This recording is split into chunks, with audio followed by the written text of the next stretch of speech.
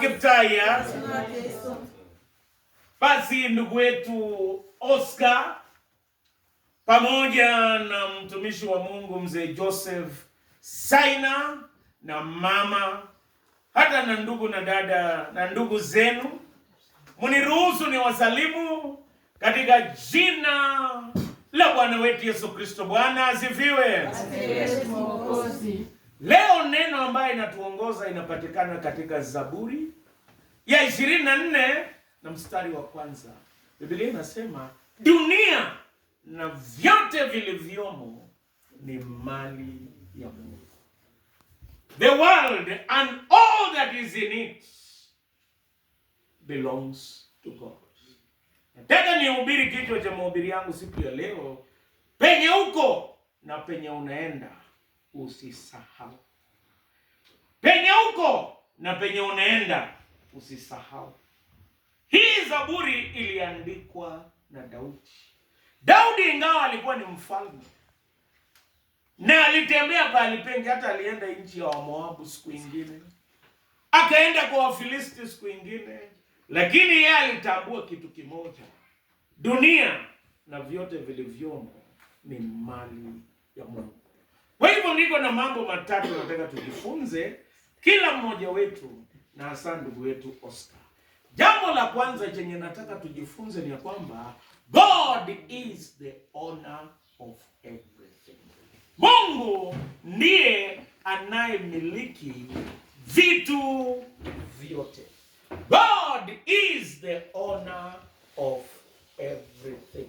Ndele nikwambia hata ukienda Ujerumani, sisi utatuacha, lakini Mungu ako mbele yako, tena ako nyuma na ako kando.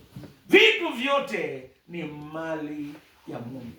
Usisahau meutie, usisahau penye unaenda, ya kwamba Mungu anamiliki vitu vyote. Hata penye uko usisahau Mungu anamiliki vitu vyote. Watu wenye walisahau hiyo walipata changamoto. Wanasema kulikuwa na mtu mmoja mwenye alitengeneza meli ambayo inaitwa Titanic. Meli kubwa kabisa duniani. Yeye akasema nimetengeneza meli ambayo hata Mungu hawezi zamisha. Kwa safari yake ya kwanza, hiyo meli ikagonga iceberg. Iceberg sijui kwa Kiswahili ni nini, lakini ikagonga theluji ambayo imesimama kama mawe, na hiyo ndege ikazama. Meli hiyo ikazama. Yeye alisahau Mungu anamiliki vitu vyote. Ukienda Ujerumani, ukiwa bado Nairobi, popote penye utakuwa, usisahau Mungu anamiliki vitu vyote.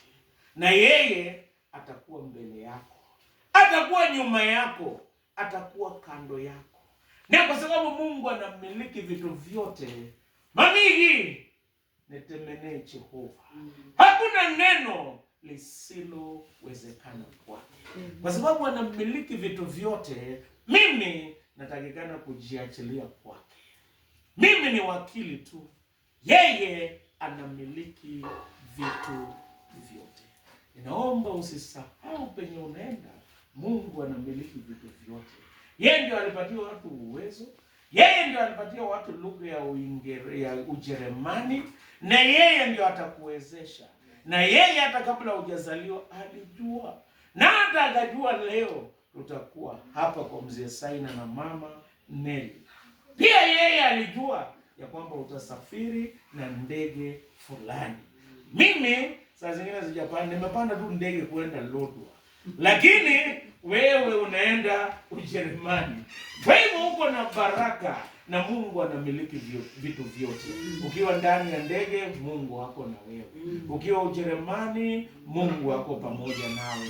Kwa mipango yote, jua Mungu anamiliki vitu vyote. Jambo la pili ambayo usisahau ni ya kwamba Mungu ni mlinzi.